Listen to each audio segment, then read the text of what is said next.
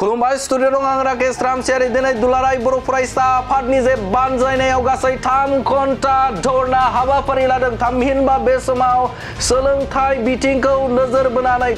बे समाव आसाम सरकारनि लेहेम गोसोजों बिटिआर ओनसोलनि थामहिनबा बर'नि जे समस्या बा जेंना सोलोंथाइ बिथिंनि जे जेंना बे जेंनाखौ लानानै दुलाराय बर' फरायसा आफादा 11 रिंगानिफ्राय 2 रिंगासिम बेलासे 2 रिंगासिम 3 घन्टा धरना हाबाफारि लादों आरो बे धरना हाबाफारिखौ मदद होदों अल बिटिआर भेन्सार एलिमेन्टारि टीचार्स एसोसिएशना। थामहिनबा बे समाव अल बिटिआर भेन्सार एलिमेन्टारि टीचार्स एसोसिएशन बे एसोसिएशना मदद होदों बिटिआर गोजोन गोरोबथानि 6.3 दफा बायदि भेन्सार फरायसालिखौ जे प्रभिन्सियेलाइज खालामनायनि बिथांखिजों थामहिनबा थांखि दङमोन आरो बे लेखायै दुलाराय बर' फरायसा आफादनि जे सोलोंथाइ बिथिंखौ नोजोर बोनानै मोन 14टा आयदाखौ लानानै दिनै धरना हाबाफारि जागोन। आसामनि गुबुन गुबुन जिल्ला जे मावख' गाहाय मावख'आव धरना हाबाफारि जागोन। बे हाबाफारिखौ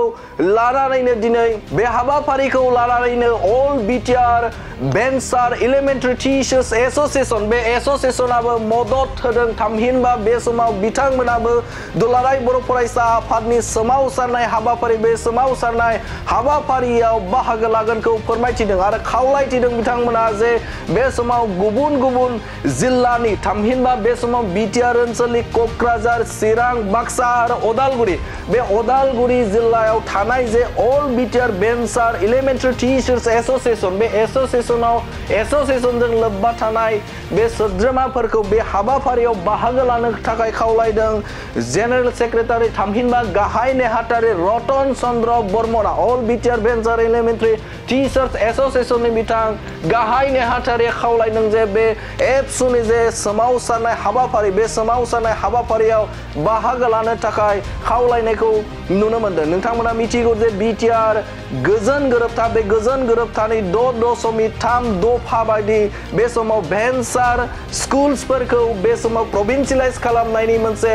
दफा दंमोन आरो बे दफाखौनो असिला लानानै अल बिटिआर भेन्सार एलिमेन्टारि टीचार्स एसोसिएशना बे सोमावसारनाय हाबाफारियाव बाहागो लानो थाखाय खावलायदों। थामहिनबा बाहागो लागोन होननानै फोरमायथिदों बिथां रतन चन्द्र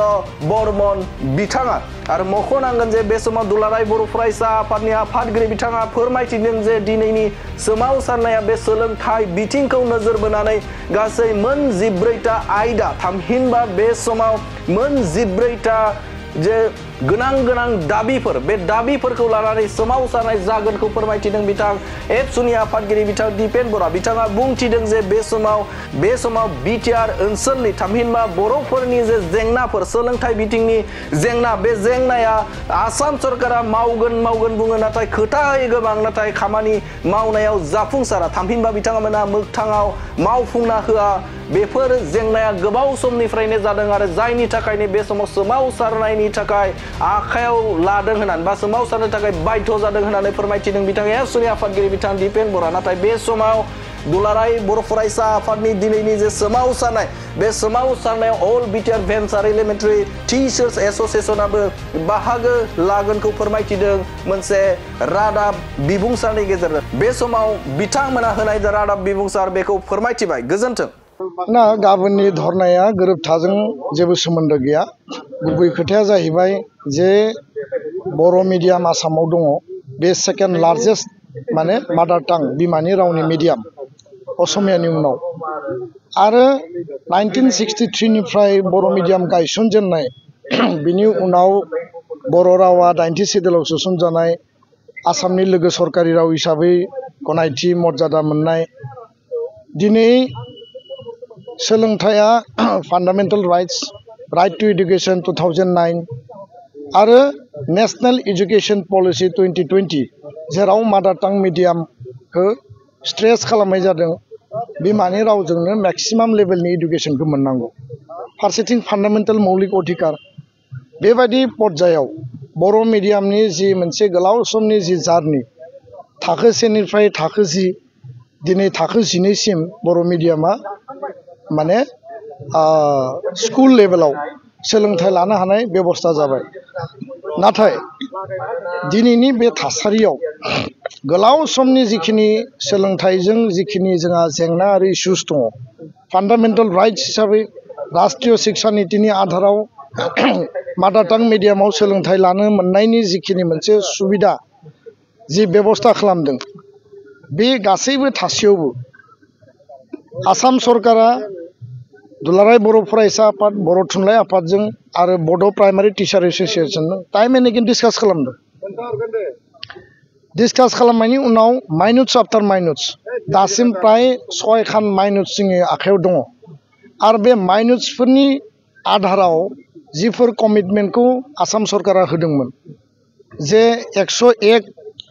हायर सेकेन्डारि बर' मिडियामनि आपग्रेडेशन खालायगोन बेयाव पोस्ट क्रिएशन खालामनाय जागोन 2272 एसामिस मिडियामनि पोस्ट एपइन्टमेन्ट होनाय जाबाय किन्तु बर' मिडियामनो बर' केन्डिडेटनो सासेनिबो एपइन्टमेन्ट होदिया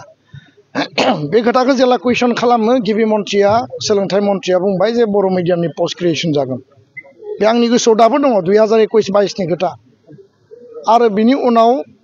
दिनै 101 हायर सेकेन्डारि आपग्रेडेशननि प्रसेसा बिथांमोना खालामा होनना बुङाखै जाया होनना बुङाखै हाया होनना बुङा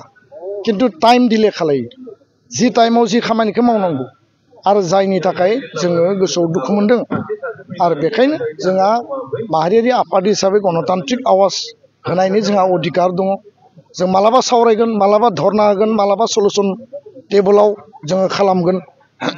दा बेखायनो 101 higher secondary upgradation 35 model high school गायसननांगौ आसाम जुडिशियेल सार्भिसाव बर' राव थिसननांगौ जायनि थाखाय बर' स्टुडेन्ट बर' केन्डिडेटफ्रा कुनु CGM आरो सेसन कर्टआव जाज जानो हानायनि एग्जामखौ पास खालामनो हायाखै हाई कर्टआव न्यायाधीश जास्टिस जानांगौ बेखौ दिनै बिथांमोना सुबिदाखौ मोनाखै CTET आसामा दिनै टेट खुंलिया CTET-जोंनो बिथांमोना एपइन्टमेन्ट होगोन आरो बे CTET-आव लेंगुवेज वानआ बर'आ गैया दा गैयाबा टेटबो खुंलाबा बर'नि भबिष्यतआ बहा बर' मिडियाम स्कुलाव टिचारा बहानिफ्राय फैगोन एपइन्टमेन्टआ बहा जागोन भेन्सार स्कुल प्रभिन्सियेलाइजेसन खालामनायनि खोथा होदोंमोन 10टा कलेज खालामबाय जोङो धन्यबाद होदों जोङो बिथांमोनखौ जोङो गुबुन जेबो बुङाखै धन्यबाद होदों किन्तु आदार high school higher secondary LP ME जेराव नाम्बार लिरखानाय दङमोन बे नाम्बार लिरखानायफोरखौनो बिथांमोना मावाखै दा बेखायनो गाबोनो जोङो गणतान्त्रिक पन्थाजों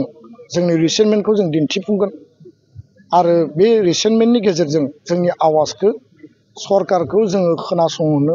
सरकारखौ सलुसन लाहोनो थाखाय जों बाध्य खालामगोन गोजोन्थों